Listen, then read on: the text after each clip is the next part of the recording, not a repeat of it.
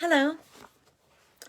Alice's Adventures in Wonderland, Chapter 12. This is our last chapter.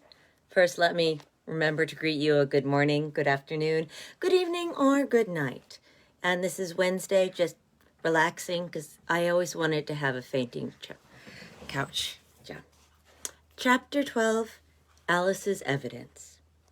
"Here!" cried Alice, quite forgetting in the flurry of the moment how large she had grown in the last few minutes, and she jumped up in such a hurry that she tipped over the jury box with the edge of her skirt, upsetting all the jurymen onto the heads of the crowds below, and there they lay sprawling about, reminding her very much of a globe of goldfish she had accidentally upset the week before. "Oh, I beg your pardon!"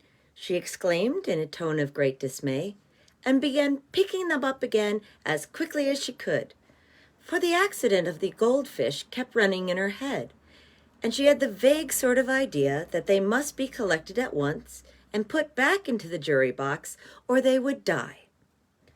"The trial cannot proceed," said the king in a very grave voice, "until all the jurymen are back in their proper places." "All," he repeated with great emphasis, looking hard at Alice as he said so.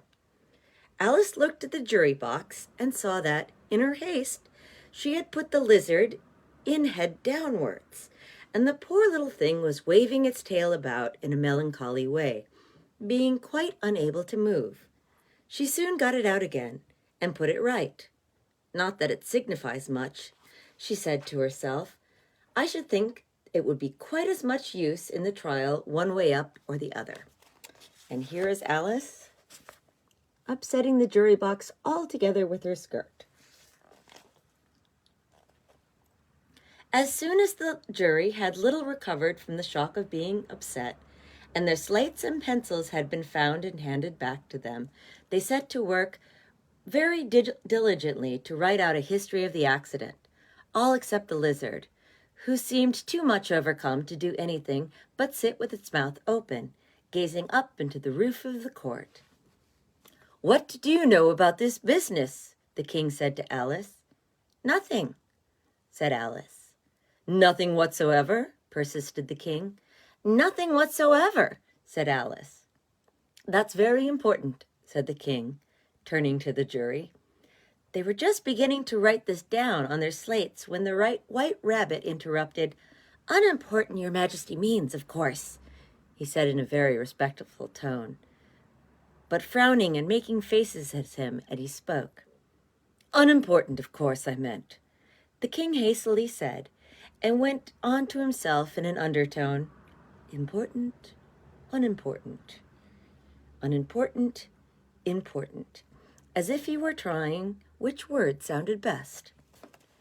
Some of the jury wrote it down as important, and some unimportant. Alice could see this, as she was near enough to look over their slates. "But it doesn't matter a bit," she thought to herself.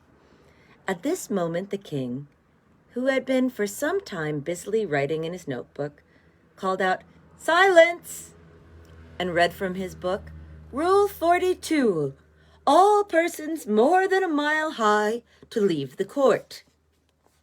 Everybody looked at Alice. "I'm not a mile high," said Alice. "You are," said the king. "Nearly 2 miles high," added the queen. "Well, I shan't go at any rate," said Alice. "Besides, that's not a regular rule. You invented it just now." "It's the oldest rule in the book," said the king. "Then it ought to be number 1, said Alice. The king turned very pale and shut his notebook hastily. "Consider your verdict," he said to the jury in a low, trembling voice. "There's more evidence to come yet, please, your majesty," said the white rabbit, jumping up in a great hurry. "This paper has just been picked up." "What's in it?" said the queen. "I haven't opened it yet," said the white rabbit, "but it seems to be a letter written by the prisoner to somebody." "It must have been that," said the king, "unless it was written to nobody, which isn't usual, you know." "Who is it directed to?" said one of the jurymen, "It isn't directed at all," said the White Rabbit. "In fact, there's nothing written on the outside." He unfolded the paper as he spoke and added, "It isn't a letter after all. It's a set of verses." "Are they in the prisoner's handwriting?" asked another of the jurymen. "No, they're not," said the White Rabbit, "and that's the queerest thing about it." The jury all looked puzzled. "He must have imitated somebody else's hand," said the king. The jury all brightened up.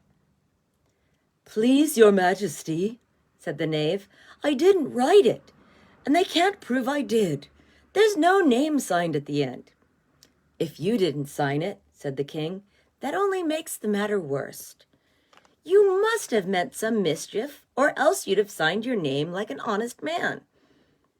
There was a general clapping of hands at this. It was the first really clever thing the king had said all day. "That proves his guilt," said the queen. "It proves nothing of the sort," said Alice. "Why, you don't even know what they're about." "Read them," said the king. The White Rabbit put on his spectacles. "Where shall I begin, your majesty?" he asked. "Begin at the beginning," the king said gravely, "and go on till you come up to the end. Then stop." These were the verses the White Rabbit read. "They told me you had been to her, and mentioned me to him. She gave me a good character, but said I could not swim. He sent them word I had not gone, we know it to be true. If she should push the matter on, what would become of you? I gave her one, they gave him two, you gave us three or more. They all returned from him to you, though they were mine before.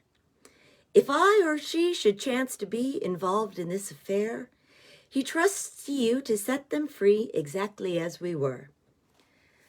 My notion was that you had been, before she had this fit, an obstacle that came between him, ourselves, and it. Don't let him know she liked them best, for this must ever be a secret kept from all the rest between yourself and me. That's the most important piece of evidence we've heard yet," said the king, rubbing his hands. "Now let the jury—" "If any one of them can explain it," said Alice.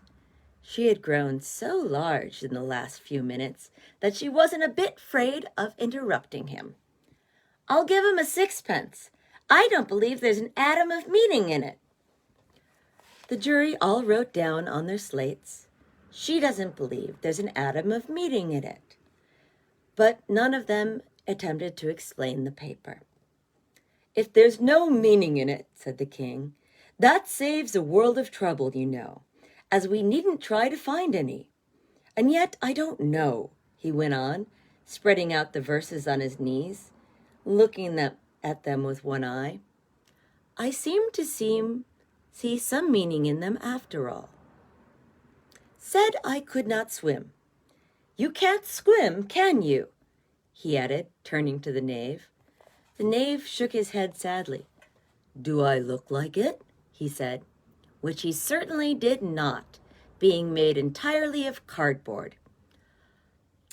"All right, so far," said the king, and he went on muttering over the verses to himself. "We know it to be true. That's the jury, of course. I gave her one, they gave him two. Why, that must be what he did with the tarts, you know. But it goes on, they all returned from him to you," said Alice. "Why, there they are," said the king triumphantly, pointing to the tarts on the table. "Nothing can be clearer than that.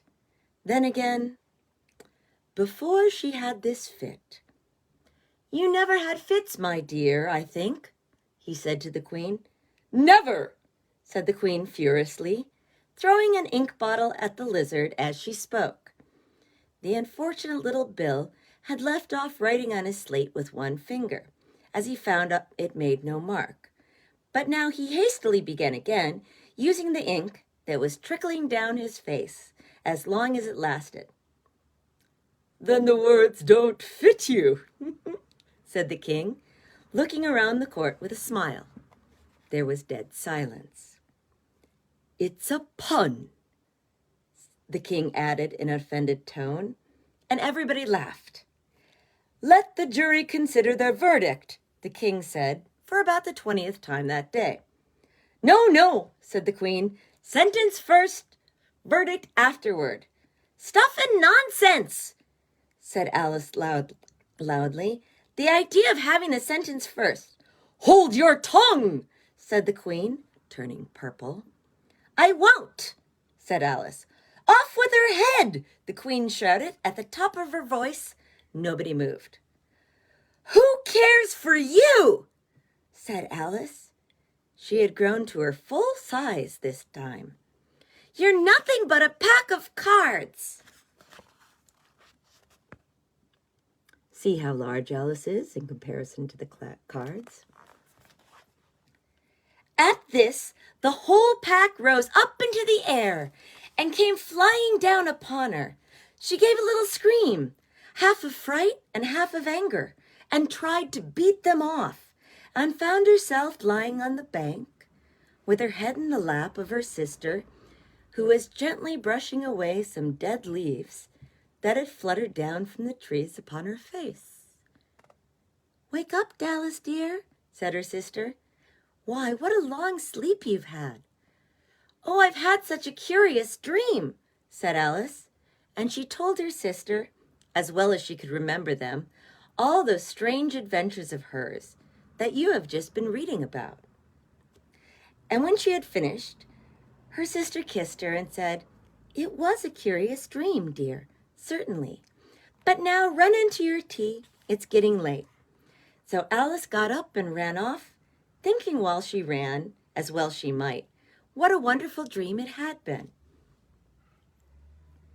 But her sister sat still, just as she left, leaning her head on her hand, watching the setting sun, and thinking of little Alice and all her wonderful adventures, till she too began dreaming after a fashion, and this was her dream. First, she dreamed of little Alice herself, and once again the tiny hands were clasped upon her knee, and the bright eager eyes were looking up into hers, and she could hear the very tones of her voice, and see that queer little toss of her hair to keep back the wandering hair that would always get into her eyes. And still as she listened, or seemed to listen, the whole place around her became alive with the strange creatures of her little sister's dream. The long grass rustled at her feet as the white rabbit hurried by. The frightened mouse splashed his way through the neighboring pool.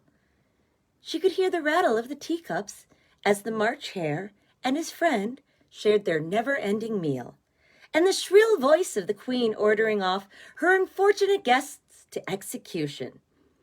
Once more, the pig baby was sneezing on the Duchess's knees, while plates and dish crashed around it.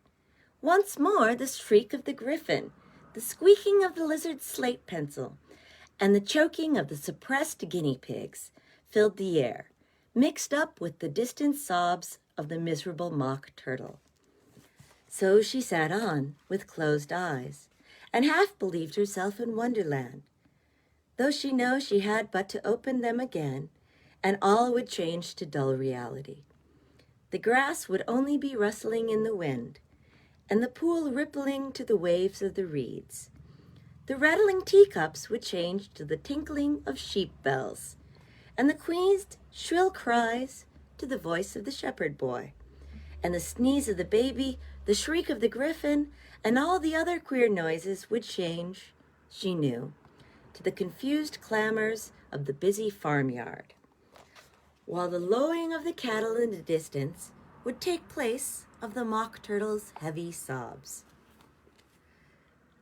Lastly, she pictured to herself how this same little sister of hers would, in the aftertime, be herself a grown woman, and how she would keep, through all her riper years, the simple and loving heart of her childhood, and how she would gather about her other little children and make their eyes bright and eager with many a strange tale, and perhaps even with the dream of Wonderland of long ago, and how she would feel with all their simple sorrows and find a pleasure in all their simple joys, remembering her own child life and the happy summer days. The end. That is the end of Alice's Adventures in Wonderland. But it's not the end of Alice's adventures. I think once Golden Week comes here in Japan, I might start off with Alice's Adventures Through the Looking Glass, which I have a whole nother doll for and a whole diorama. Until then, I hope that all of you have a good morning, good afternoon, a good evening, or if it's your nap time or bedtime, good night. See you.